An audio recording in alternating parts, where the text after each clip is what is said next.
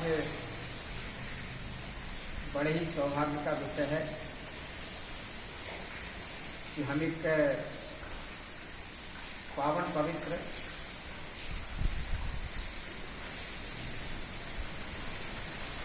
प्रकृति वंदन कार्यक्रम में एकत्रित। आज के इस कार्यक्रम का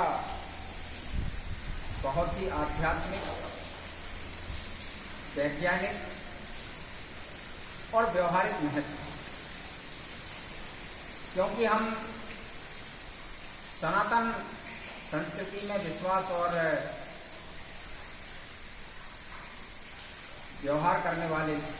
समाज बंधु हैं और सनातन संस्कृति में आदिकाल से प्रकृति अर्थात 5 महाभूत तत्वों को, जिसे हम क्षितिजल पावक गगन समीरा पंच तत्व है रचित शरीरा, ऐसा बाबा तुलसी के इस चौपाई के माध्यम से समझते हैं। 5 महाभूत तत्वों में भूमि, गगन, अग्नि, वायु और नीर, जिसे हम जल तत्व कहते हैं, समाहित। और जब हम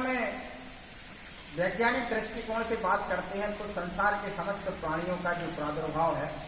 वो इसी प्रकार के 5 महाभूत तत्वों से मिलकर हुआ है।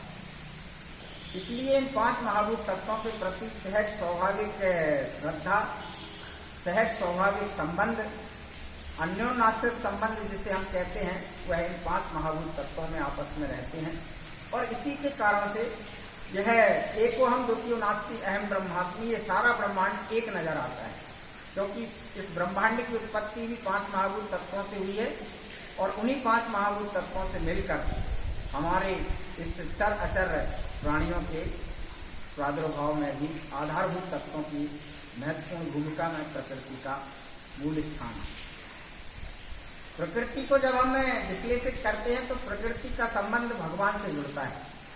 क्योंकि जब हम भगवान शब्द की व्याख्या करते हैं तो भा से भूमि, गा से गगन, आ से अग्नि, वा से वायु, ना से नीर, और इन 5 महाभूत तत्वों से जिसको हम उस अदृश्य परमात्म शक्ति के रूप में भगवान कहते हैं, जिसके माध्यम से हम संचालित होते हैं, जिसके माध्यम से हम ऊर्जा प्राप्त करते हैं, उस ब्रह्मांड की आदिदैविक ऊर्जा शक्ति जिसे हम सूर्य कहते हैं, उस सूर्य से ही ये सारे 5 महाभूत तत्व प्रकट होते हैं। क्योंकि सूर्य के तेज से जब वाष्प उठता है, उस वाष्प से बादल बनते हैं, बादल से वर्षा होती है और उस वर्षा से मिट्टी में उर्वरा शक्ति आती है और उस मिट्टी में आई उर्वरा शक्ति से अन्य बीजों का या इस प्रकार के वृक्षों का पल्लवित पुष्पित होना संभव हो पाता है। और इस प्रकार से हम कह सकते हैं कि आदिदेव सूर्य की शक्ति से ही यह प्रकृति संचालित है और एक समन्वित और एक ऐसा चक्र जिसे हम आध्यात्मिक और वैज्ञानिक और व्यवहारिक जगत से जोड़कर देख सकते हैं। जब हम आध्यात्मिक दृष्टिकोण से बात करते हैं तो भगवान के प्रति हमारी श्रद्धा है और भगवान प्रकृति में समाहित हैं, अदृश्य रूप में समाहित हैं। इसलिए उस प्रकृति के अंदर हम अपने उस श्रद्धा के कारण से, चाहे वृक्ष हो, वृक्ष में भी हम 5 महाभूत वृक्षों को पंचवटी के रूप में प्रमुख मान्यता हमने दी है। बट वृक्ष हो, पीपल का वृक्ष हो, आम का वृक्ष हो और भी अन्य फलदार वृक्ष हो, अशोक का वृक्ष हो, ऐसे अनेकानेक वृक्ष जो हमें 2400 घंटे, तुलसी का वृक्ष, हमारे घरों में मात्र वंदना के तौर पर आंवले का वृक्ष, आंवला तृतीया के तौर पर, ऐसे करके हम अनेकानेक औषधीय वृक्षों की पूजा अर्चना निरंतर समाज सनातन संस्कृति में करती रही है। यही हमारा प्रकृति के प्रति वंदना का भाव है। इसी वंदना के भाव को वर्तमान के भौतिक जगत में, वर्तमान के इस सुविधा भोगी और कहना चाहिए एक बदलते हुए आधुनिक परिवेश में प्रकृति के प्रति जो हमारे मनुष्य का जो कहना चाहिए उपभोग का जो भाव था वो शोषण के भाव में परिवर्तित हुआ और उसके दुष्परिणाम हमने अनेक तरीके से देखे, जिसमें चाहे हम सूखा, अकाल, बाढ़, ऐसे जो प्रकृति के संतुलन के बिगड़ने के कारण से जो दैहिक भौतिक ताप जो हमारे मनुष्य के ऊपर आए हैं या अन्य इतर प्राणियों के ऊपर आए हैं, उसका कारण है कहीं ना कहीं मनुष्य ने या समाज ने प्रकृति से जो तादाद में, प्रकृति से जो समन्वय, प्रकृति के प्रति जो श्रद्धा, प्रकृति के प्रति जो बंधन की भावना थी, उसमें कमी आई। उसके कारण से अनेक प्रकार के आज इस आधुनिक जगत में हमें संकट भोगना पड़ रहा है। जब हम संकट की बात करते हैं तो इतने विकसित समाज में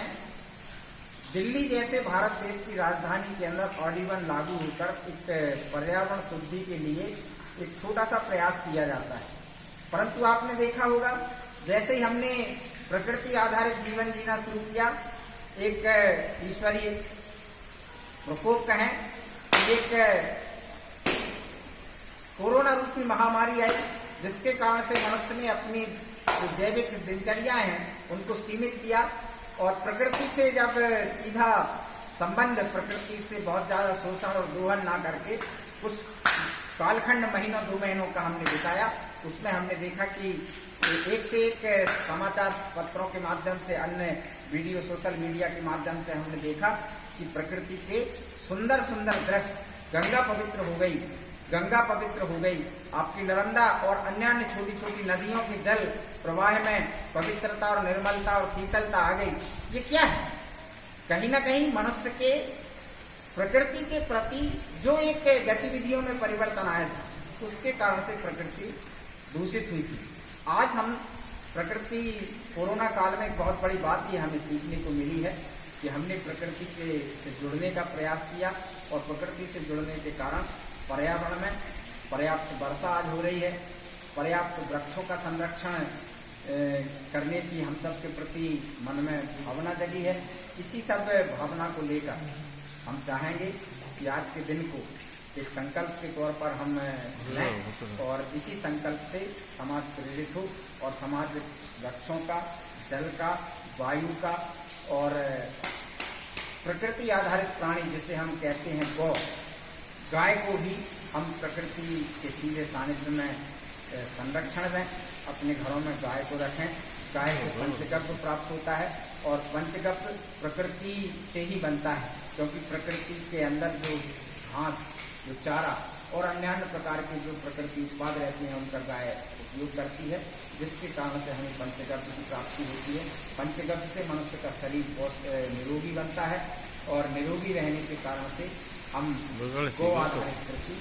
जीते हैं। इसी दृष्टिकोण से हमने ये सब आज के कार्यक्रम में निवेदन करेंगे कि सब वृक्षों का संरक्षण करें, पूजन करें, अपने जीवन को सफल बनाएं।